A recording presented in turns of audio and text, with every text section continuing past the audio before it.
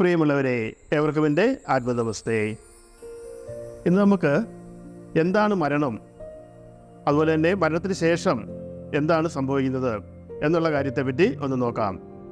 നമുക്കറിയാം, ആയിരക്കണക്കിന് വർഷങ്ങളായിട്ട് മനുഷ്യൻ ഗവേഷണം ചെയ്യുന്ന ഒരു പ്രധാനപ്പെട്ട വിഷയമാണ് എന്താണ് മരണം, അല്ലെങ്കിൽ മരണത്തിലൂടെ ഒരു വ്യക്തിയിൽ എന്താണ് സംഭവിക്കുന്നത് എന്നുള്ളത്. അതുപോലെ തന്നെ എല്ലാ മനുഷ്യർക്കും അറിയാൻ ആകാംക്ഷയുള്ളൊരു കാര്യമാണ് മരണത്തിന് ശേഷം നമുക്ക് എന്താണ് സംഭവിക്കുന്നത് എന്നുള്ളത്. അപ്പോൾ ഇവിടെ നമ്മൾ നോക്കുമ്പോൾ മോഡേൺ സയൻസിൽ പറയുന്നതനുസരിച്ചാണെങ്കിൽ നമ്മളുടെ ശരീരത്തിൻ്റെ കോശങ്ങൾ അല്ലെങ്കിൽ സെല്ലുകൾ ഊർജം ഉൽപ്പാദിപ്പിക്കാൻ ശേഷിയില്ലാതാവുകയും അങ്ങനെ ആ കോശങ്ങൾ ഊർജം ആയിക്കൊണ്ട് നമ്മുടെ തലച്ചോറും അതുപോലെ തന്നെ നമ്മുടെ ഹൃദയവും പ്രവർത്തനക്ഷമമല്ലാതെ ആവുന്ന അവസ്ഥയാണ് മരണം എന്നാണ്. അതായത് രണ്ട് രീതിയിലാണ്: ഹൃദയവുമായി ബന്ധപ്പെട്ട മരണം, അതുപോലെ തന്നെ തലച്ചോറുമായി ബന്ധപ്പെട്ട മരണം. ശരിക്കും മസ്തിഷ്ക മരണം സംഭവിക്കുമ്പോഴാണ് ഒരു വ്യക്തി പരിപൂർണമായി മരിച്ചു എന്ന് സയൻസ് അനുമാനിക്കുന്നത്. അപ്പോൾ ഇവിടെ സയൻസിന് കടന്നു ചെല്ലാൻ പറ്റുന്ന ദൂരമെന്ന് പറയുന്നത് ഈ ഭൗതിക ശരീരത്തിൽ സംഭവിക്കുന്ന വ്യതിയാനങ്ങളുടെ മേഖലകളിൽ മാത്രമാണ്. അതായത് സയൻസ് ഏതൊരു കാര്യത്തെയും അറിയുന്നത് ആ ഒരു കാര്യത്തെ ഡിവൈഡ് ചെയ്ത് അതിൻ്റെ ഏറ്റവും കോറിലേക്ക് പോയി അവിടെ എന്താണ് സംഭവിക്കുന്നത്, അവിടെ എന്തൊക്കെ ഗുണവിശേഷങ്ങളാണ് സംഭവിക്കുന്നത് എന്നതിനെ ആസ്പദമാക്കിയിട്ടാണ്. തീർച്ചയായും വരും കാലങ്ങളിൽ സയൻസ് കൂടുതൽ ആഴങ്ങളിലേക്ക് പോകും എന്നതിനെ നമുക്ക് പ്രതീക്ഷിക്കാം. എന്നാൽ നമ്മുടെ പൗരാണികമായ കാലഘട്ടത്തിൽ തന്നെ നമ്മുടെ ആചാര്യന്മാരും ഗുരുക്കന്മാരും യോഗികളും സിദ്ധന്മാരും ഒക്കെ മരണത്തെപ്പറ്റി വളരെ ഗഹനമായി ചിന്തിക്കുകയും പഠിക്കുകയും അതുപോലെ തന്നെ മരണത്തിന് ശേഷം എന്താണ് നമ്മളിൽ സംഭവിക്കുന്നത് എന്നുള്ളതിനെപ്പറ്റി ഗവേഷണം നടത്തുകയും ചെയ്തിട്ടുണ്ട്. അപ്പോൾ അവരിലൂടെ നമുക്ക് ലഭിച്ച ആത്മീയ യോഗ വിദ്യകൾക്ക് അനുസൃതമായിട്ടുള്ള വിവരങ്ങൾ അടിസ്ഥാനമാക്കി പറയുകയാണെന്നുണ്ടെങ്കിൽ മരണം എന്നത് നമ്മുടെ ആത്മാവ് അല്ലെങ്കിൽ ആത്മപ്രകാശം, ആത്മജ്യോതിസ് ശരീരം വിട്ടുപോകുന്ന പ്രക്രിയയാണ്. അതുകൊണ്ടാണ് അവൻ പോയി അല്ലെങ്കിൽ അയാൾ പോയി എന്ന് നമ്മൾ പറയുന്നത്. അപ്പോൾ അവിടെ അയാൾ പോയി എന്ന് പറയുമ്പോൾ അയാളുടെ ശരീരം അവിടെ ഉണ്ട്, പക്ഷേങ്കിൽ അയാളാണ് പോയിരിക്കുന്നത്. അപ്പോൾ അയാളായിട്ട് അവിടെ നിലനിന്നത് എന്താണ്? അതിനെയാണ് നമ്മൾ നമ്മുടെ ആത്മാവ് അല്ലെങ്കിൽ ആത്മബോധം എന്ന് നമ്മൾ വിളിക്കുന്നത്. അപ്പോൾ ആത്മീയ യോഗപാതകളിൽ നമ്മൾ റിസർച്ച് ചെയ്യുന്ന സമയത്ത് അല്ലെങ്കിൽ സൈക്കോളജിയിലൊക്കെ റിസർച്ച് ചെയ്യുന്ന സമയത്ത് ഈ ഒരു ആത്മാവിൻ്റെ സാന്നിധ്യം അല്ലെങ്കിൽ ഈ ഒരു ആത്മാവിൻ്റെ പ്രസൻസ് നമുക്കവിടെ കാണുവാനായിട്ട് സാധിക്കുന്നു എന്നുള്ളതാണ്. അപ്പോൾ ഇവിടെ എന്താണ് ആത്മാവ്, അല്ലെങ്കിൽ ശരീരത്തെ എങ്ങനെയാണ് ആത്മാവ് വിട്ടുപോകുന്നത്? അതായത് നമ്മളുടെ ഈ ശരീരമാവുന്ന ക്ഷേത്രത്തിൽ വസിക്കുന്ന ഈ ഈശ്വരീയതയുടെ അംശത്തെ തന്നെയാണ് നമ്മളുടെ ആത്മാവ് അല്ലെ ആത്മബോധം എന്ന് പറയുന്നത്. അതായത് ഈ പ്രപഞ്ചബോധത്തിൻ്റെ അംശത്തെ തന്നെയാണ് നമ്മൾ നമ്മുടെ ആത്മബോധം എന്ന് പറയുന്നത്.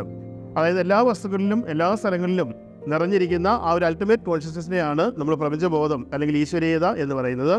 അപ്പോൾ ആ ഈശ്വരീയതയുടെ അംശം തന്നെയാണ് നമ്മുടെ ആത്മബോധമായി നമ്മുടെ ഉള്ളിൽ വസിക്കുന്നത്. അതായത് നമ്മുടെ ഉള്ളിൽ വസിക്കുന്നത് ലിമിറ്റഡ് ഇൻഡിവിജ്വൽ കോൺഷ്യസ്നെസ് ആണ് എന്നുള്ളതാണ്. അതായത് പരിമിതമായ വ്യക്തിബോധമാണ് എന്നുള്ളതാണ്. അപ്പോൾ ആ വ്യക്തിബോധം എന്ന് പറയുന്നത് പരിമിതമായിരിക്കുമ്പോഴും അത് ആത്മബോധത്തിൻ്റെ ഭാഗം തന്നെയാണ്. ആ ഒരു പ്രാപഞ്ചിക ബോധത്തിൻ്റെ അംശം തന്നെയാണ്. അപ്പോൾ ആ ഒരു ആത്മബോധത്തിൻ്റെ വാഹനമാണ് നമ്മുടെ ശരീരമെന്ന് പറയുന്നത്. അതായത് നമ്മളുടെ അന്നമയ കോശമായിട്ടിരിക്കുന്ന ഫിസിക്കൽ ബോഡി ആയിട്ടിരിക്കുന്ന ഈ ശരീരമെന്ന് പറയുന്നത് നമ്മുടെ ആനന്ദമയ കോശമായിരിക്കുന്ന ആത്മബോധത്തിൻ്റെ ഇരിപ്പിടമാണ്. അപ്പോൾ അങ്ങനെ ഇരിക്കുന്ന ഈ ഇരിപ്പിടത്തിൽ ആ ആത്മബോധത്തിന് വസിക്കുവാനായിട്ട് സാധിക്കാതെ വരുമ്പോൾ, അതായത് ശരീരം നശിച്ചു കഴിയുമ്പോൾ, അല്ലെങ്കിൽ ശരീരത്തിൻ്റെ പ്രവർത്തനങ്ങൾ മുന്നോട്ട് കൊണ്ടുപോകാനുള്ള ഊർജ്ജം ഉൽപ്പാദിപ്പിക്കാതെ വരികയും ആ ശരീരത്തിൻ്റെ പ്രവർത്തനങ്ങൾ നശിക്കുകയും ചെയ്യുമ്പോൾ ആ ബോധാവസ്ഥ നമ്മുടെ ശരീരം വിട്ട് പോകുന്നു എന്നുള്ളതാണ്. അപ്പോൾ നമുക്കറിയാം, നമ്മുടെ ശരീരം എന്നത് പഞ്ചഭൂതങ്ങളെ കൊണ്ട് നിർമ്മിതമാണ്. പഞ്ചഭൂതങ്ങൾ എന്ന് പറഞ്ഞാൽ ഈ പ്രപഞ്ചം മുഴുവൻ നിർമ്മിക്കപ്പെട്ടിരിക്കുന്നത് പഞ്ചഭൂതങ്ങളെ കൊണ്ടാണ്. അതായത് ആകാശം, വായു, അഗ്നി, ജലം, ഭൂമി തുടങ്ങിയ 5 ഭൂതങ്ങളെ കൊണ്ടാണ് ഈ പ്രപഞ്ചം മുഴുവൻ നിർമ്മിക്കപ്പെട്ടിട്ടുള്ളത്. അപ്പോൾ നമ്മളുടെ ശരീരവും നിർമ്മിക്കപ്പെട്ടിട്ടുള്ളത് ഈ പഞ്ചഭൂതങ്ങളുടെ വ്യത്യസ്തമായ സമ്മേളനങ്ങളിലൂടെ ഉണ്ടായിട്ടുള്ള സപ്തധാതുക്കളിലൂടെയാണ്, 7 ധാതുക്കളിലൂടെയാണ് ശരീരം ഉണ്ടായി വന്നിട്ടുള്ളത്. അപ്പോൾ അങ്ങനെ ഉണ്ടായിട്ടുള്ള ഈ ശരീരം പ്രവർത്തനക്ഷമം അല്ലാതാവുക, അതായത് ശരീരത്തിന് ആവശ്യമായ ഊർജ്ജം ലഭിക്കാതെ വരിക, ശരീരത്തിന് ആവശ്യമായിട്ടുള്ള പ്രാണൻ ലഭിക്കാതെ വരിക, അങ്ങനെ പ്രാണനും ഊർജ്ജവും നമുക്ക് ലഭിക്കാതെ വരുന്ന സമയത്ത് ശരീരത്തിൻ്റെ പ്രവർത്തനങ്ങൾ മന്ദീഭവിക്കുകയും അല്ലെങ്കിൽ ക്ഷയിക്കുകയും, അങ്ങനെ ക്ഷയിച്ച ഒരു ശരീരത്തിൽ ആത്മബോധത്തിന് തുടരാനായിട്ട് സാധിക്കാതെ വരികയും ചെയ്യുമ്പോൾ ആ ആത്മബോധം ശരീരത്തെ വിട്ട് പുറത്തേക്ക് പോകുന്നു എന്നുള്ളതാണ് നമ്മൾ മരണമായിട്ട് നമ്മുടെ ആത്മീയ യോഗ സാധനങ്ങളിൽ പറയുന്നത്. അപ്പോൾ ഇങ്ങനെ ജീവൻ അല്ലെങ്കിൽ നമ്മുടെ ആത്മാവ് ശരീരത്തിൽ നിന്ന് വേർപെട്ട് കഴിഞ്ഞാൽ ശരീരം പഞ്ചഭൂതങ്ങളിലേക്ക് തിരോഭവിക്കുകയാണ് ചെയ്യുന്നത്. ഇനി ഇവിടെ നമുക്ക് അറിയേണ്ട കാര്യമെന്ന് പറയുന്നത്, ശരീരം ഭൗതിക ശരീരമായതുകൊണ്ട് അത് പഞ്ചഭൂതങ്ങളിലേക്ക് ലയിച്ചു ചേരുന്നത് നമുക്ക് മനസ്സിലാക്കാനായിട്ട് സാധിക്കും. എന്നാൽ ഈ ശരീരത്തിലുണ്ടായിരുന്ന ആത്മാവിന് എന്ത് സംഭവിക്കുന്നു എന്നുള്ളതാണ് ഏറ്റവും പ്രധാനപ്പെട്ട ചോദ്യം എന്ന് പറയുന്നത്. അതാണ് ഇപ്പോൾ സയൻസിന് ഒരിക്കലും കണ്ടെത്താൻ പറ്റാത്ത ഒരു ഉത്തരവും ഈ ആത്മാവിന് എന്ത് സംഭവിക്കുന്നു എന്നുള്ള ചോദ്യത്തിനുള്ള ഉത്തരമാണ്. അപ്പോൾ നമ്മുടെ ആത്മീയ യോഗ സാധനങ്ങളിലേക്ക് ആഴത്തിൽ കടന്നു ചെല്ലുകയാണെങ്കിൽ ആത്മാവിന് എന്ത് സംഭവിക്കുന്നു എന്നുള്ളതിനെ പറ്റി നമുക്ക് വ്യക്തമായിട്ട് മനസ്സിലാക്കുവാനായിട്ട് സാധിക്കും.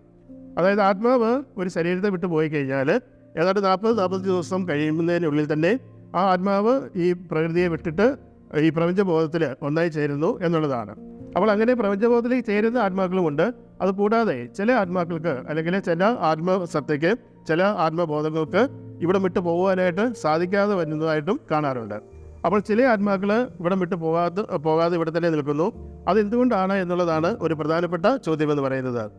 എനിക്ക് എൻ്റെ സ്വന്തം എക്സ്പീരിയൻസിൽ നിന്നും അതുപോലെ തന്നെ എൻ്റെ പഠനങ്ങളിൽ നിന്നും മനസ്സിലാക്കിയ ഒരു കാര്യമെന്ന് പറയുന്നത്, ചില ആത്മാക്കൾക്ക് ഇവിടെ ജീവിച്ചിരിക്കുന്നവരുമായി ഒരു അഭേദ്യമായിട്ടുള്ള ഒരു സ്നേഹത്തിൻ്റെ ഒരു ബോണ്ടിങ് ഉണ്ടാകുന്നതായിട്ട് നമുക്ക് മനസ്സിലാക്കാനായിട്ട് സാധിക്കും. അല്ലെങ്കിൽ വളരെ വലിയ വെറുപ്പിൻ്റെ അല്ലെങ്കിൽ വിദ്വേഷത്തിൻ്റെ ഒരു ബോണ്ടിങ് ഉണ്ടായി വരുന്നതായിട്ട് നമുക്ക് അറിയുവാനായിട്ട് സാധിക്കും. അപ്പോൾ അങ്ങനെയുള്ള ആത്മാക്കൾ, അതായത് നമുക്ക് വിച്ഛേദിച്ച് കളയാൻ പറ്റാത്ത രീതിയിലുള്ള ഒരു അത്രയധികം ആഴത്തിലുള്ള ഒരു ബോണ്ടിങ് ഉള്ള ആത്മാക്കളെ സംബന്ധിച്ചിടത്തോളം അവർ ജീവിച്ചിരിക്കുന്ന ആളുകളുടെ ആ ഒരു എനർജി ഫീൽഡുമായിട്ടുള്ള വൈബ്രേഷനിൽ നിന്ന് അകന്നു പോകുന്നില്ല എന്നുള്ളതാണ്. അതായത് ഈ ആത്മാക്കളുടെ എനർജി ഫീൽഡ് ഇവിടെ ജീവിച്ചിരിക്കുന്ന ആളുകളുടെ എനർജി ഫീൽഡുമായിട്ട് വിച്ഛേദിച്ച് പോകുന്നില്ല എന്നുള്ളതാണ് വാസ്തവം. അതായത് മറ്റൊരു രീതി പറഞ്ഞു കഴിഞ്ഞാൽ, ഇവിടെ ജീവിച്ചിരിക്കുന്ന ഒരാൾക്ക്, അതായത് ഇപ്പം ഒരു മകനാവട്ടെ അല്ലെങ്കിൽ ഒരു മകളാവട്ടെ, അവരുടെ അച്ഛനും അമ്മയും ഒക്കെ മരിച്ചു പോയതാവട്ടെ, അല്ലെങ്കിൽ ഭാര്യയാവട്ടെ, ഭർത്താവട്ടെ, അല്ലെങ്കിൽ സഹോദരങ്ങളാവട്ടെ, അങ്ങനെയുള്ള ആർക്കെങ്കിലും ഈ മരിച്ചുപോയ ആളുമായിട്ട് ഒരു അഭേദ്യമായിട്ടുള്ള ഒരു ബോണ്ടിങ് ഉണ്ടെങ്കിൽ, അതായത് അവർക്ക് ഒരു ആഴത്തിലുള്ള ഒരു സ്നേഹത്തിൻ്റെ അംശം അവർ നിലനിൽക്കുന്നുണ്ട് എന്നുണ്ടെങ്കിൽ ആ ആത്മാക്കൾ പെട്ടെന്ന് ഇവിടുന്ന് വിട്ടുപോകുന്നില്ല എന്നുള്ളതാണ് നമുക്ക് മനസ്സിലാക്കാൻ പറ്റുന്ന ഒരു കാര്യമെന്ന് പറയുന്നത്. അപ്പോൾ നമുക്കറിയാം, നമുക്ക് ഒരു മരണം സംഭവിച്ചു കഴിഞ്ഞാൽ ആ ഒരു ആത്മാവിൻ്റെ ശാന്തിക്കായിട്ട് നമ്മൾ പല ക്രിയകളൊക്കെ ചെയ്യും, പല പ്രാർത്ഥനകളും ക്രിയകളും ഒക്കെ ചെയ്യും. ആ ക്രിയകളൊക്കെ ചെയ്യുന്നതിൻ്റെ ഉദ്ദേശമെന്ന് പറയുന്നത് ആ ആത്മാവിന് മോക്ഷം കിട്ടാനായിട്ടും ഇവിടെ ജീവിച്ചിരിക്കുന്ന ആളുകളുമായിട്ടുള്ള ആ ഒരു ബോണ്ടിങ് കട്ട് ചെയ്തുകൊണ്ട് ആ ആത്മാവ് പരമാത്മാവുമായി ഒന്നായി തീരുന്നതിന് വേണ്ടിയിട്ടാണ്. എന്നാൽ ഇങ്ങനെയുള്ള പൂജകൾ ചെയ്താലും അല്ലെങ്കിൽ ഇങ്ങനെയുള്ള പ്രാർത്ഥനകളൊക്കെ ചെയ്യുമ്പോഴും ഈ ഒരു ബോണ്ടിങ് നഷ്ടപ്പെടാതെ ഇവിടെ ജീവിച്ചിരിക്കുന്ന വ്യക്തിയുടെ ആ ഒരു എനർജി ഫീൽഡ് വളരെ ശക്തമായിട്ടൊരു ബോണ്ടിങ് നിലനിർത്തുകയാണെന്നുണ്ടെങ്കിൽ ആ ആത്മാക്കൾ ആ വ്യക്തിയിൽ നിന്ന് അധികം വിട്ടു പോകുന്നില്ല എന്നുള്ളതാണ് നമ്മളുടെ ഒരു എക്സ്പീരിയൻസ് എന്ന് പറയുന്നത്. അപ്പോൾ അങ്ങനെയുള്ള ആത്മാക്കൾ എത്രയും വേഗം മറ്റൊരു ശരീരം സ്വീകരിച്ച് പുനർജനിക്കാനുള്ള സാധ്യതയാണ് കൂടുതലായിട്ട് കാണുന്നത്. എൻ്റെ അമ്മ എന്നെ വിട്ടു പോയപ്പോൾ എൻ്റെ ജീവിതത്തിൽ ഞാൻ അനുഭവിച്ച കാര്യമാണ് ഞാനിവിടെ എക്സ്പ്ലെയിൻ ചെയ്യുന്നത്. ഇത് വളരെ ഗഹനമായിട്ട് പറയേണ്ട ഒരു സബ്ജക്റ്റാണ്, വളരെ ഡീറ്റെയിൽ ആയിട്ട് പറയേണ്ട സബ്ജക്റ്റാണ്. എങ്കിലും വളരെ ചുരുക്കി നമുക്കിവിടെ ഇതിനെപ്പറ്റി പ്രതിപാദിക്കാം. എന്നാൽ ഒരു 99% ആത്മാക്കളും അല്ലെങ്കിൽ മരണം സംഭവിച്ച ആളുകളും അത്ര വലിയൊരു ബോണ്ടിങ്ങിൽ അകപ്പെടാതിരിക്കുകയും അല്ലെങ്കിൽ അത്ര വലിയൊരു ബോണ്ടിങ് ഇവിടെ ജീവിച്ചിരിക്കുന്ന ആളുകളുടെ എനർജി ഫീൽഡുമായിട്ട് ഉണ്ടാകാതിരിക്കുകയും അവർ പ്രപഞ്ചബോധത്തിലേക്ക് മടങ്ങിപ്പോവുകയും ചെയ്യുന്നു എന്നുള്ളതാണ്. അപ്പോൾ അങ്ങനെയുള്ള ആത്മാക്കൾ ചിലപ്പോൾ 100 വർഷമോ 1000 വർഷമോ 10,000 വർഷമൊക്കെ കഴിഞ്ഞായിരിക്കും ഒരുപക്ഷെ അവർക്ക് വീണ്ടും ഒരു പുനർജന്മം ലഭിക്കുന്നത്. അതായത് നമ്മൾ ഒരുപാട് കേട്ടിട്ടുണ്ട്, പല ആളുകളും പലരുടെയും പുനർജന്മമാണ്, അല്ലെങ്കിൽ പല കുഞ്ഞു കുട്ടികളൊക്കെ ജനിച്ചു കഴിയുമ്പോൾ അവരവരുടെ പൂർവ്വജന്മത്തെ പറ്റിയൊക്കെ വിശദമായിട്ടുള്ള കാര്യങ്ങൾ പറയുകയും പിന്നീട് വിശദമായി അന്വേഷിക്കുന്ന സമയത്ത് അങ്ങനെയുള്ള ഒരു കാലഘട്ടമൊക്കെ നിലനിന്നിരുന്നു എന്ന് നമുക്ക് വിശദമായിട്ട് അറിയുവാനായിട്ട് സാധിക്കുകയും ചെയ്തിട്ടുണ്ട്. അതുപോലെ തന്നെ PLR, അതായത് പാസ്റ്റ് ലൈൻ റിഗ്രഷൻ ചെയ്യുന്ന സമയത്ത് നമുക്ക് വ്യക്തികളുടെ പൂർവ്വജന്മങ്ങളിലേക്ക് വ്യക്തികളെ കൊണ്ടുപോകാനായിട്ടും ആ പൂർവ്വജന്മങ്ങളിൽ അവരെന്തായിരുന്നു അല്ലെങ്കിൽ എവിടെയാണ് ജീവിച്ചിരുന്നത് അങ്ങനെയുള്ള കാര്യങ്ങളൊക്കെ അവരുടെ ആ അബോധമായ അവസ്ഥയിൽ ചോദിച്ചറിയുവാനായിട്ട് നമുക്ക് സാധിക്കുകയും ചെയ്തിട്ടുണ്ട്. അപ്പോൾ PLR എത്രമാത്രം ശാസ്ത്രീയമായ അടിത്തറയുണ്ട് എന്നുള്ളതൊക്കെ നമുക്ക് പരിശോധിക്കേണ്ട കാര്യമാണ്. പക്ഷേ ഒരു കാര്യം ഉറപ്പാണ്, എന്താണെങ്കിലും ഇങ്ങനെയുള്ള വളരെ ബോണ്ടിങ് ആയിട്ടുള്ള വ്യക്തികളുടെ ആത്മാക്കൾ ഇവിടെ വിട്ടു പോകാതെ തന്നെ അവരുടെ പ്രസൻസ് കൂടുതൽ കാലം ഇവിടെ നിലനിൽക്കുന്നതായിട്ട് നമുക്ക് മനസ്സിലാക്കുവാനായിട്ട് സാധിച്ചിട്ടുണ്ട്. അപ്പോൾ ഇവിടെ നമ്മൾ അറിയേണ്ട ഒരു കാര്യം എന്ന് പറയുന്നത്, ആത്മാവ് എന്നുള്ള ആ ഒരു തത്വം ഒരിക്കലും നശിക്കുന്നില്ല. കാരണം നമുക്കറിയാം, എനർജി എന്നത് ഒരിക്കലും നമുക്ക് ഉണ്ടാക്കുവാനോ നശിപ്പിക്കാനോ പറ്റില്ല എന്ന് ശാസ്ത്രം പോലും പറയുന്നുണ്ട്. അപ്പോൾ അതുകൊണ്ട് തന്നെ ഈ ആത്മാവ് അല്ലെങ്കിൽ ഈ ആത്മാവായിട്ടിരിക്കുന്ന ആ ഒരു എനർജി ഫീൽഡിനെ ഒരിക്കലും നമുക്ക് നശിപ്പിക്കുവാനായിട്ടോ അല്ലെങ്കിൽ ക്രിയേറ്റ് ചെയ്യുവാനായിട്ടോ സാധിക്കുന്നില്ല. മറിച്ച് ആ ഒരു ആത്മബോധം ഈ പ്രപഞ്ചം മുഴുവൻ നിറഞ്ഞിരിക്കുന്ന അഖണ്ഡമായ ആ ബോധത്തിൻ്റെ അംശമായിട്ടിരിക്കുന്ന ആ ആത്മബോധം നമ്മളിൽ കുടികൊള്ളുന്ന സമയങ്ങളിൽ നമ്മളായിരിക്കുന്നു. എന്നാൽ ഇവിടെ നിന്ന് ആ ആത്മാവ് കൂടുതൽ കാര്യങ്ങൾ പഠിച്ച് കൂടുതൽ പരിവർത്തനത്തിന് വിധേയമായി നമ്മളിൽ നിന്ന് വിട്ടുപോകുന്ന സമയത്ത് പ്രപഞ്ചബോധത്തിലേക്ക് കൂടുതൽ പരിവർത്തനം സംഭവിച്ച ബോധമായി തിരികെ ചേരുകയാണ് ചെയ്യുന്നത്. അപ്പോൾ നമ്മുടെ പൗരാണിക ഗ്രന്ഥങ്ങളൊക്കെ നോക്കിക്കഴിഞ്ഞാൽ ആത്മാവിനെ പറ്റിയും ആത്മാവിൻ്റെ ഇത്തരത്തിലുള്ള ആ ഒരു വിശേഷങ്ങളെ പറ്റിയൊക്കെ നമുക്ക് മനസ്സിലാക്കുവാനായിട്ട് സാധിക്കും. അതുപോലെ തന്നെ പാരാസൈക്കോളജിയിലൊക്കെ നോക്കിക്കഴിഞ്ഞാൽ അവിടെയും ഒരുപാട് അനുഭവ സാക്ഷ്യങ്ങൾ നമുക്ക് കാണുവാനായിട്ട് സാധിക്കും. അപ്പോൾ നമുക്കിവിടെ കാണേണ്ട പ്രത്യേകമായിട്ടുള്ള കാര്യം എന്ന് പറഞ്ഞാൽ നമ്മുടെ ആത്മാവിന് നമ്മളിവിടെ ജീവിച്ചിരിക്കുന്ന സമയത്ത് നമ്മൾ ചെയ്യുന്ന പ്രവൃത്തികളാണ് നമ്മളുടെ ആത്മാവിന് ഏത് രീതിയിൽ നിലനിൽക്കാനായിട്ട് സാധിക്കും, അല്ലെങ്കിൽ ഏത് രീതിയിലാണ് നമ്മുടെ ആത്മാവിൻ്റെ അടുത്ത ജന്മത്തിലേക്കുള്ള കടന്നുപോകൽ എന്നൊക്കെയുള്ളത് തീരുമാനിക്കുന്നത് എന്നുള്ളതാണ്. അപ്പോൾ അതുകൊണ്ട് തന്നെ നന്മകൾ ചെയ്യാനായിട്ടും നന്മയിലൂടെ കടന്നു പോകാനായിട്ടും നന്മയിൽ ജീവിക്കുവാനായിട്ടും നല്ല വ്യക്തികളായി മാറിക്കൊണ്ട് സന്തോഷ സമാധാനമുള്ള വ്യക്തികളായി മാറിക്കൊണ്ട് ജീവിതത്തെ മുന്നോട്ട് നയിക്കുവാനായിട്ടും എന്നെ കേട്ടുകൊണ്ടിരിക്കുന്ന നിങ്ങൾക്ക് ഓരോരുത്തർക്കും സാധിക്കട്ടെ എന്ന് ആശംസിച്ചുകൊണ്ട് മറ്റൊരു വീഡിയോയിൽ മറ്റൊരു സബ്ജക്റ്റുമായി കാണുന്നവരെ നിങ്ങളുടെ സ്വന്തം Yascha. Yasha Living, synchronizing the art, tactics and spirituality.